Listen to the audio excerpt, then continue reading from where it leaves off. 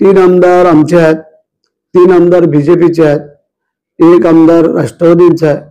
आजच्या स्थितीला पाहिलं तर 59 सीट आहेत।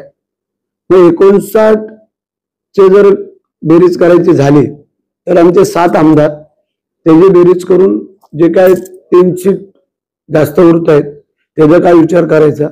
परंतु हा आदेश, हा निर्देश जसं वरून येईल म्हणजे प्रत्येकाला वाटतं की आपापल्या आमदारकीच्या क्षेत्रातले आपले सदस्य निवडून यावेत।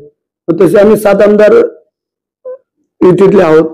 मग त्या युतीतल्या आमदारांना जर प्रत्येकालाच वाटत असेल तर मग हा फॉर्म्युला होऊ शकतो आजचा काय 58-56 आणि प्लस 3 आहेत एक्स्ट्रा, त्याचं बघता येईल काय करता येईल। परंतु आजची जी वस्तुस्थिती ती अशी आहे 3-3-1 असं आमचं संख्याबळ आहे।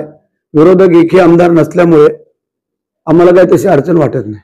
मला राजकारणातलं जागा वाटपाचं नवीन असं एक अगाध ज्ञान किंवा माहिती मला जाणकारांकडनं, ज्यांचं राजकीय जाणकार जे आज रायगड जिल्ह्यातले आहेत त्यांच्याकडनं ऐकायला मिळालं। त्याच्यामुळे मी असा एकदम स्तब्ध झालेला आहे। कारण मला असलं गणित जागा वाटपाचं इतके भागिले इतके त्याला वरती इतके असलं कधी मला 40 वर्षात माहिती नसल्यामुळे मी अनभिज्ञ आहे। त्याच्यामुळे मी माफी व्यक्त करतो की मला हे सगळं माझ्या अकलेच्या डोक्याच्या सगळं पलीकडचं आहे। त्याच्यामुळे मी अभ्यास करीन हे कसं कसं होत असतं, कसं जागा वाटप करायचं, त्याचं सूत्र काय असतं।